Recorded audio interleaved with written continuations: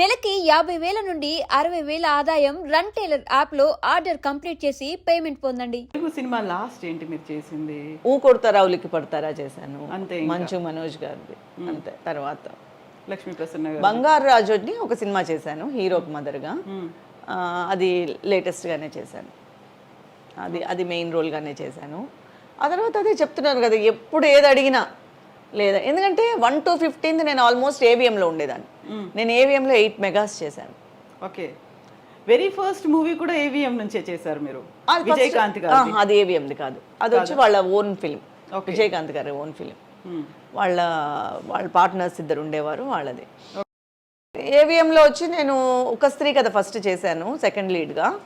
తర్వాత నుంచి మొత్తం అన్ని సీరియల్స్ నేనే హీరోయిన్ ఉండేదాన్ని. ఒక 5-6 మెగాలు చేశాను. లక్కీ చామ్ అందరూ ఏవిఎం ఆర్టిస్ట్ అనే అనేవారు. సో ఇక్కడ మిగతా కంపెనీస్ కూడా చేయకపోవడానికి కూడా మెయిన్ కారణం ఒకటైతే ఒకటి వాళ్ళే ఇచ్చేసేవారు. ఒకటి ఫినిష్ అవ్వడం, ఒకటి పూజ, ఒకటి ఫినిష్ అవ్వడం, ఒకటి పూజ, అలా జరిగేది. అప్పుడు 15 days ఇక్కడ ఇచ్చేసేదాన్ని, 1 to 15th. 16 to 30 కేరళ ఇచ్చేసేదాన్ని. ఓకే, సో 2 మెగాస్ అలా వెళ్ళిపోవడం వల్ల ఇంకెక్కడ, ఎప్పుడైనా షూటింగ్ లేకపోతేనే ఫ్రీ, కానీ ఆల్మోస్ట్ మీకు ఎప్పుడు ఫ్రీ ఉండేది కాదు. అలా తెలుగు సీరియల్స్ కూడా చేయట్లేదు ఇంకా? ఎందుకంటే తెలుగు కొన్ని రోజుల తర్వాత అక్కడికి షిఫ్ట్ అయిపోయింది. నేను అంతరంగాలు చేసేటప్పుడు ఇక్కడే షూట్, అంతరంగాలు ఇక్కడే, మేము చెన్నైలోనే చేసాం అంతరంగాలు. బాలాజీ వీళ్ళంతా అక్కడి నుంచి వచ్చేవారు, కిన్నెరా గారు, బాలాజీ హైదరాబాద్ నుంచి ఇక్కడికి వచ్చేవారు. నేను, శరత్ బాబు గారు, అశ్విని అందరు ఇక్కడే ఉండేవాళ్ళు, కల్పన గారు అందరు ఇక్కడే ఉండేవాళ్ళు, మేము నలుగురు ఇక్కడ ఉండేవాళ్ళం. సో ఇక్కడే జరిగేది షూట్. తర్వాత అనుబంధానికి, అంతరంగాలు చూసి అనుబంధానికి నన్ను అక్కడ పిలిచారు కాబట్టి ఉషా కిరణ్ మూవీస్ వాళ్ళు అక్కడికి వెళ్ళేదాన్ని, ఈటీవీ నేను వెళ్ళాను. అన్వేషిత కూడా అలాగే, అన్వేషిత అనుబంధం అక్కడికే వెళ్ళాను. ఆ తర్వాత నేను హీరోయిన్ అయ్యి అప్పటి వరకే మామూలు సెకండ్ లీడ్ చేస్తూ ఉన్నదాన్ని. ఏవిఎం వాళ్ళు హీరోయిన్గా ఇచ్చారు. ఆ తర్వాత ఇంకా హీరోయిన్గా కంటిన్యూస్గా చేయడం వల్ల ఇక్కడే ఉండిపోయాను. ఆ తర్వాత మలయాళం ఎంట్రీ అవ్వడం వల్ల ఇక్కడ అసలు ఇంకా తెలుగుకి అక్కడ తర్వాత ఏంటంటే అంతా షిఫ్ట్ అయిపోయింది అక్కడికి. మన హైదరాబాద్ షిఫ్ట్ అయిపోయారు, చాలామంది ఆర్టిస్టులు షిఫ్ట్ అయిపోయారు. సో నేను షిఫ్ట్ అవ్వలేదు, నాకు ఇక్కడ బిజీగా ఉండడం వల్లేమో మరి నేను షిఫ్ట్ అవ్వలేదు. సో అప్పటి నుంచి తెలుగు చాలా తగ్గిపోయింది. ఆ తర్వాత స్ట్రైట్గా ఫస్ట్ టైం మదర్గా కెరటాల్ మంజులా నాయుడు గారిది. ఎప్పుడు విన్నానే కానీ చాలా హిట్, అది ఇది మంజులా నాయుడు గారికి మొగల్ రేకులు కానీ చక్రవాకం కానీ ఇలాంటివన్నీ అసలు చాలా హిట్ అన్నాను. కానీ ఎప్పుడు సో చూడలేకపోయా, అంటే రెగ్యులర్గా చూడలేం కదా, టైమింగ్ మాకు 9 o'clock వదులుతారు నైట్, చూడలేకపోయాను. నువ్వు అక్కడి నుంచి ఫోను కెరటాలు వాళ్ళ సబ్జెక్టు అనగానే సరే మదర్ రోల్ అయినా పర్వాలేదని ఫస్ట్ టైం మదర్కి యాక్సెప్ట్ చేసింది అందులోనే, కెరటాల్లోనే. ఓకే, ఆ తర్వాత రక్త సంబంధం అని, భార్య అని, సో టోటల్గా మదర్గా వెంటనే అయితే ఏంటంటే మన తెలుగు వాళ్ళు ఎప్పుడు నన్ను పిలుస్తూనే ఉన్నారు. సో దానికి నేను చాలా లక్కీ అనే చెప్పుకోవాలి. ఎప్పుడు కూడా నేను ఏదో చెన్నైలో ఉన్నానో నన్ను ఎప్పుడు వదిలేయలేదు, పక్కన పెట్టలేదు. నన్ను అడుగుతూనే ఉన్నారు, పిలుస్తూనే ఉన్నారు. నాకు వీలు కాలేదంటేనే పాపం ఇంకేం చేయలేక వదిలేసేవారు. సో తెలుగు ప్రేక్షకులకి చెల్లిగా పరిచయం అయ్యారు, ఆ తర్వాత మళ్ళీ రీఎంట్రీ తల్లిగా రావడం అనేది, సో క్వైట్ కాంట్రాస్ట్ రోల్స్ అనేవి అక్కడ కనిపిస్తూ ఉంటాయి కదా. చెల్లిగా అయిన తర్వాత హీరోయిన్గా చేశాను జానకి, నా ఫస్ట్ సీరియల్ జెమినీలో జానకి అని. అదే ఫస్ట్ ఏవిఎం వాళ్ళు ఇచ్చింది నాకు సీరియల్. ఓకే, తెలుగు సీరియలే ఇచ్చారు ఫస్ట్ నాకు. తర్వాత తమిళకి, తర్వాత సేమ్ జానకి రీమేక్ చేశారు తమిళ్లో, నేనే చేశాను. ఆ తర్వాత ఒక 4 మెగాలు వచ్చి తమిళ్లో చేశాను. సో ఫస్ట్ సీరియల్ నేను హీరోయిన్గా తెలుగే, జానకి అని జెమినీలో వచ్చింది. సో ఒక ట్రెడిషనల్ ఆర్థోడాక్స్ ఫ్యామిలీ నుంచి వచ్చిన తర్వాత సినిమాలు అంటే ఫస్ట్ వచ్చినటువంటి రియాక్షన్ ఏంటి అసలు? ఫస్ట్ అందరికీ చాలామందికి మా వాళ్ళకి నచ్చలేదు. అవును, ఎందుకంటే అప్పుడు కొంచెం ఆర్థోడాక్స్గానే ఉండేవారు కాబట్టి కొంచెం చాలామందికి బయట ఎవరు చెప్పలేదు, కానీ చాలామందికి నచ్చేది కాదు, ఎలా ఉంటుందో ఏంటో అని. బట్ నా కెరియర్ బాగుండడం వల్ల అందరూ ఈరోజు హ్యాపీగా ఉన్నారు. మేబీ కెరియర్ కనుక సరిగా నేను డిజైన్ చేసుకోలేకపోతే నాకు అలా ఒకవేళ అమరకపోతే మేబీ కష్టపడేవారేమో. బట్ ఈరోజు అందరూ హ్యాపీ. సో ఆ టైంలో మీనా కుమారి ఇలా సినిమాల్లోకి వెళ్తోందంట, ఎందుకు ఎందుకు ఎందుకు అనే క్వశ్చనే వచ్చేది. ఎందుకంటే నేను బేసిక్గా మా నాన్నగారు CA, సో నేను అకౌంట్సే తీసుకున్నా ఇంటర్ ఫస్ట్ ఇయర్లో. అవ్వచ్చు కదా, చదువుకోవచ్చు కదా, ఇది వచ్చేసి ఒక స్టాండర్డ్ అయిన జాబ్ కాదు కదా, మన ఇంట్లో ఎవరు లేరు కదా. బట్ ఏంటంటే మా కజిన్ అప్పటికే సినిమాటోగ్రఫర్.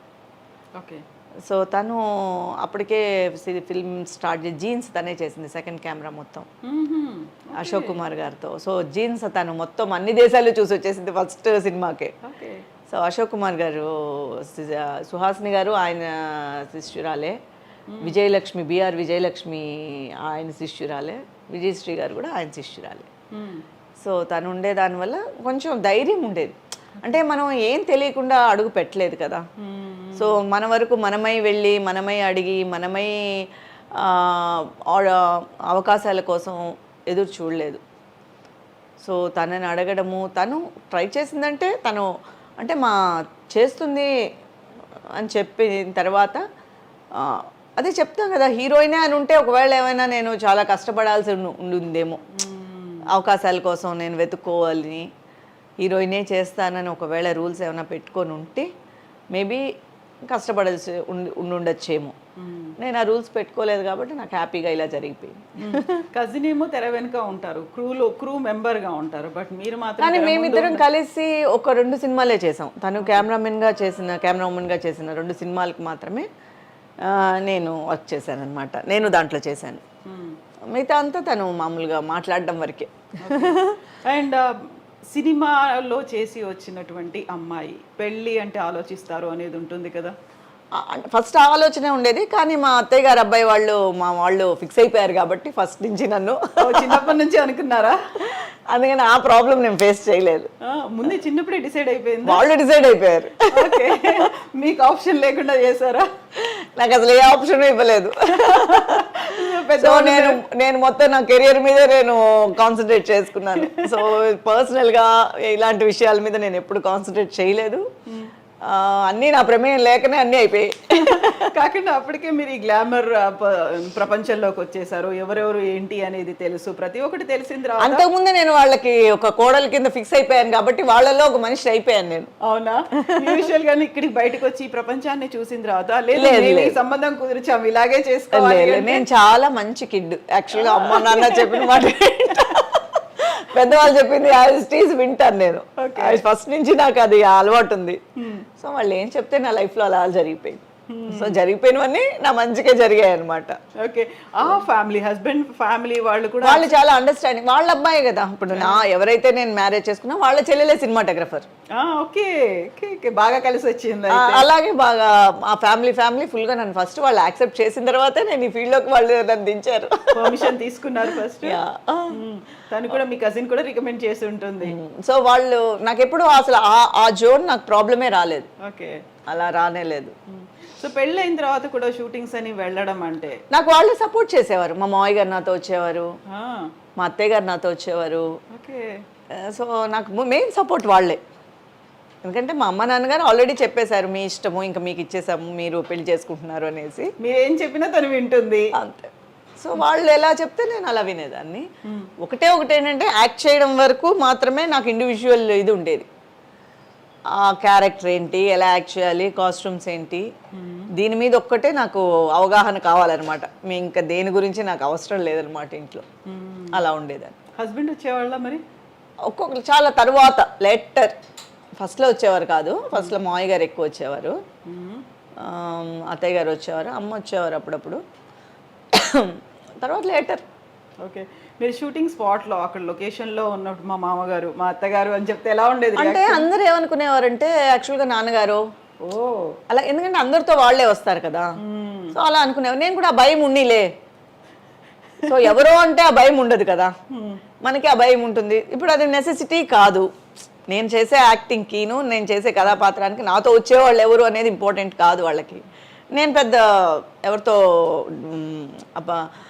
మనం షేర్ చేసుకునేదాన్ని కాదు.